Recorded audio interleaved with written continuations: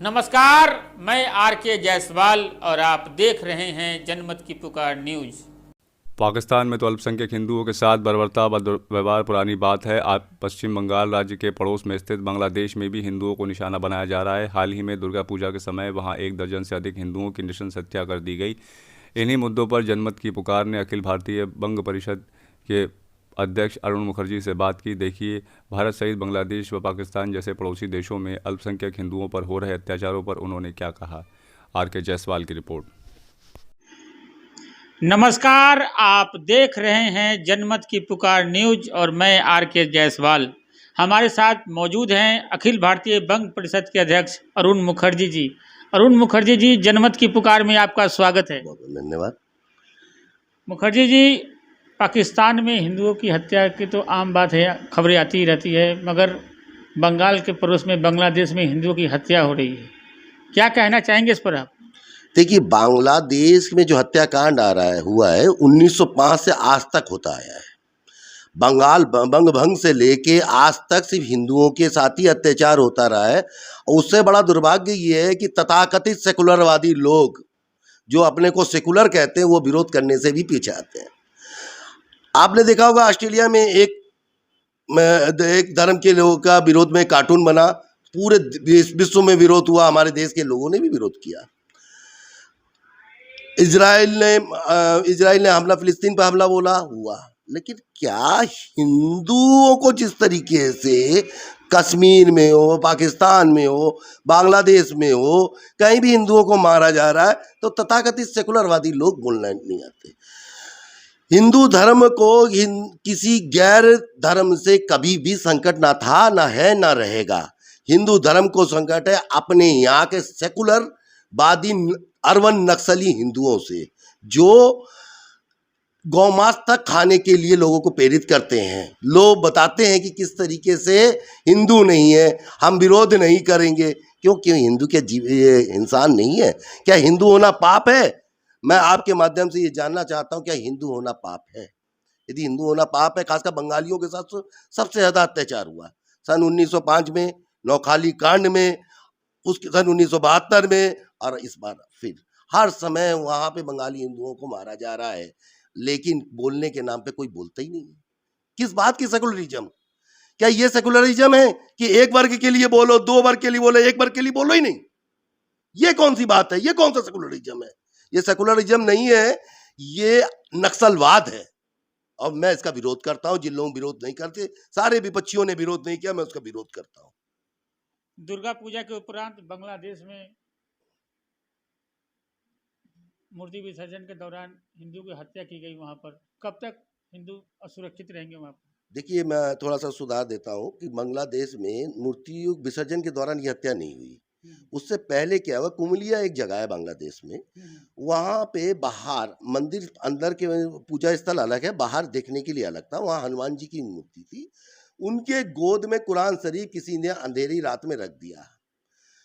पुजारी जी गए, पुजारी जी ने पुलिस को बुलाया, पुलिस को बुला के उनकी सूचना दी। अचानक कुछ तथाकथित अलगाववादी लोग वहाँ पहुंचे कि इन्होंने कहा कि ये इस्लाम के विरुद्ध है, और उसके बाद वहाँ पे हत्याकांड शुरू हुई। 17 लोगों की हत्या कर दी गई। इस्कॉन मंदिर तोड़ दिया गया।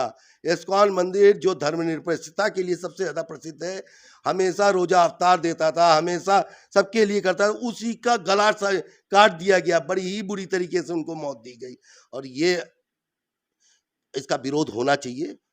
और जो भी इस देश के नागरिक है, क्योंकि बांग्लादेश हमारे देश का अंग है, चाहे वो हिंदू हो या मुसलमान हो या सिख हो या ईसाई हो, सब हमारे परिवार के ही सदस्य हैं।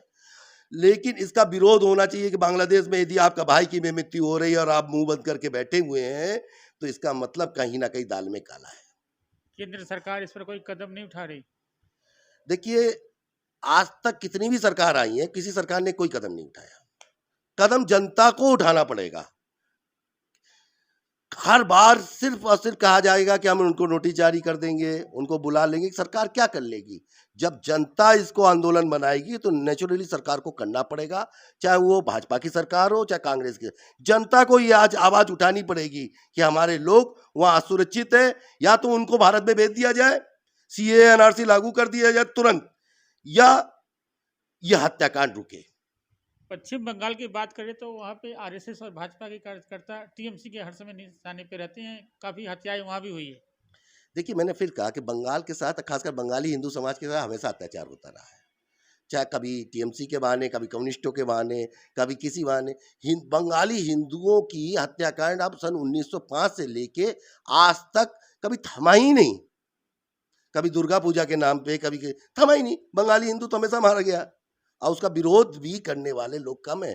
कारण ये है कि बंगाली समाज में सेकुलर हिंदुओं की संख्या बहुत ज़्यादा है और सेकुलर हिंदू होने के कारण वो मार खाते समय तो उनको याद रहता है, लेकिन मार खाने के बाद वो कहते हैं नहीं तो मैं तो सेकुलर हूँ। सेकुलर का मतलब ये नहीं है कि किसी दूसरे धर्म में विशेष की हम प्रोत्साहित करें और दूसरे धर्म को खत्म करें। ये एक सेकुलर का मतलब नहीं है। सेकुलर का मतलब ये है कि पंथ निरपेक्ष इस देश में हर व्यक्ति को, हर समुदाय को, हर जगह लोगों को रहने का और बोलने का अधिकार है। अपने धर्म को मानने का अधिकार है, पर किसी दूसरे के धर्म पे हमला बोलने का अधिकार किसको? कभी भद्रो मानुस इतने क्रूर अत्याचारी कैसे हो सकते हैं? जी, भद्रो मानुस इतने क्रूर अत्याचारी कैसे हो सकते देखिए, हैं? भद्र मानुस तब था जब था। अब तो भद्र मानुस कहीं नहीं। भद्र मानुस बचा ही नहीं। भद्र मानुस की तो हत्या ही हो रही है। भद्र मानुस तो मार खा रहा है। भद्र मानुस बांग्लादेश में भी मार खा रहा है, पश्चिम बंगाल में भी मार खा रहा है। भद्र मानुस पूरे देश में मार खा रहा है। अभद्र मानुस मार रहा है, कभी भीड़ तंत्र के नाम पे। आप देखिए, 100 लोगों का भीड़ लेके चले जाइए किसी घर के सामने, वो सही हो या गलत हो कुछ नहीं, उसको मार देंगे तो वो नहीं भीड़ ने मारा। कहीं भी किसी की हत्या कर दीजिए, कोई बात नहीं, भीड़ ने हत्या की।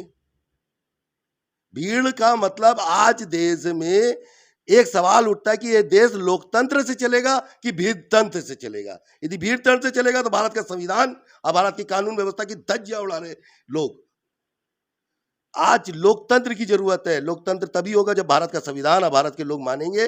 भीड़ तंत्र के आगे झुकेंगे नहीं। ऐसे आदरणीय मोदी जी इस मामले में बहुत अच्छे हैं, वो झुकते नहीं है किसी भी हालत पे। भीड़ तंत्र के आगे नहीं झुका जाता ना, और भीड़ तंत्र के आगे झुकाव भी नहीं होना चाहिए। ये बंग परिषद क्या है और लोगों के सामाजिक उत्थान के लिए क्या भूमिका रहती है? देखिए, अखिल भारतीय बंग परिषद का जो निर्माण है, बंगालियों को, जो खासकर एक समुदाय विशेष को, जो वहाँ से पलायन करने में बाध्य होके आज नारकीय जीवन जी रहा है, उनके जीवन को ठीक करके पुनः स्थापित करने के लिए अखिल भारतीय बंग परिषद का निर्माण हुआ। त्रिपुरा, आपको शायद बिहार से लेके नागालैंड और ये ब्रह्मा तक हम बंगाल था, जिसको 1905 में भंग कर दिया गया।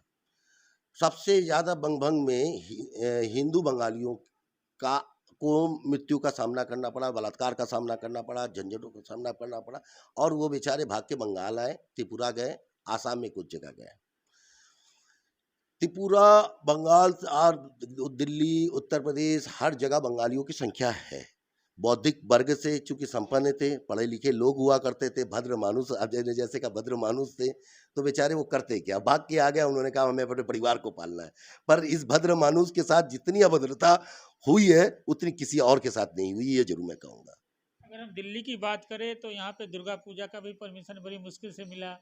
अब छठ पूजा को लेकर राजनीति हो रही है, परमिशन सरकार नहीं दे रही, एक दूसरे पे आरोप प्रत्यारोप लगा रहे हैं। साहब, यही तो इस देश की सबसे बड़ी खराबी है कि आप हमको परमिशन देने में, हमें परमिशन लेने में, छठ पूजा हो, दुर्गा पूजा हो, काली पूजा हो, कोई भी पूजा हो, हमें उस पे परमिशन लेने के लिए सरकार के पास लंबे लंबे जाने पड़ते। साहब, हमें सर्विस दे दो। पर पटाखे बजाने के लिए हमें सुप्रीम कोर्ट कहता नहीं नहीं, प्रदूषण फैलेगा। ज्ञान देने सब चले आते हैं, लेकिन जब जंतुओं की हत्याएं होती हैं तब कोई बोलने नहीं आता है। ये कौन सा संविधान है? क्या आप एक पक्षीय बात बोलेंगे? क्या बहुसंख्यक होना पाप है इस देश में? यदि पाप है तो ये संविधान में लिख के दिखाए कि बहुसंख्यक होना पाप है, और बहुसंख्यक होने के नाते आपको ये समस्याएं झेलनी पड़ेंगी। बाकी और किसी चीज के लिए कोई परमिशन की जरूरत ही नहीं होती। यदि परमिशन की इतनी ही उनको चाहिए है तो क्यों नहीं किसी टिकैत को कहते हैं कि आंदोलन खत्म करो? इतनी हिम्मत है केजरीवाल की कि वो जाके कहे कि टिकैत जी आप यहां से चले जाइए, क्योंकि आज यहाँ पे कोरोना फैल रहा है। लेकिन छठ पूजा में उनको विरोध होना है। क्यों? क्योंकि एक समुदाय विशेष का नहीं है, वो एक बहुसंख्यक का है, तो उसको तो रोक सकते हैं ना। ये रोकेंगे? तो हमारे साथ ये बात कर रहे थे अखिल भारतीय बंग परिषद के प्रेसिडेंट अरुण मुखर्जी जी। मिलते हैं किसी और खबरों के साथ। नमस्कार। नमस्कार, मैं आरके जायसवाल और आप देख रहे हैं जनमत की पुकार न्यूज। अगर आप जनमत की पुकार को यूट्यूब चैनल पर देख रहे हैं तो कृपया चैनल को सब्सक्राइब कर लें, या फेसबुक पर देख रहे हैं तो पेज को लाइक करें, फॉलो करें।